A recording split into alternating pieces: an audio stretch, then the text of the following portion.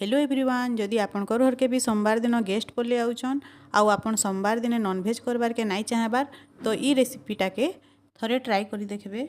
तो मुई इने फ्रेश फ्रेश कंचा कदली नहीं जाइछे। तो फास्ट तो मुई सेटा के भल से धुई देइछे आउ धुई धुआ सारला परे दुईटा कदली में काढ़ी थिली आउ तार छाली अलगे की ताहा के बड़ बड़ पीस करके काटी देइथिली। जेते बेले भी मार्केट रू घर के कदली आइसी तो आमे मन भितरे पूरा भाभी देइथिसु जे एटा के चिप्स छानमा नाहले भाजमा बोली। तो आज मुझे जेन रेसिपीटा बनईचे तुम्हें घरे थरे ट्राए करी देखब आउ जे कदली नाई खान ताहाकू दे देखब से माने जानी भी नाई पारन जे इटा कदली बोली आउ सेटा के पूरा शेष करके खाईदेबे। आउ जदि भी जानले इटा कदली बोली फिर भी से खाइबारटा पसंद करबे। कदली के काटी सारला पर आमे बेसी नाई गुटे मिनिट लगी सेटा के भल से सिझेई दमा और आमे इने प्रेसर व्यवहार नाई करूँ कढ़े रे सिझामा। तो आमर कदली इने सिझी गलान। सिझी गला पर आमे सेटा के काढ़ी दमा आउ ठंडा करमा। तो कदली ठंडा हुन हुन आमे इपटे मसला टिके रेडी करदमा।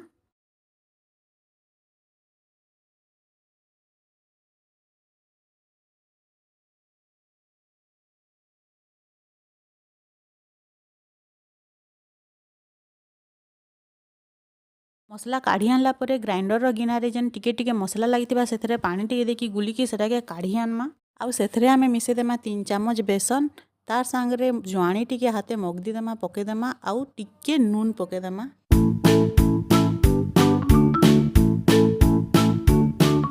आमे इथिरे आउ टिके कलर गुण देकी भल से गुली देमा। आमे जेन सिझेई रखिथिला कदली के से बेसन गोल रे बुथी बुथी आमे सबू के छानी आनमा।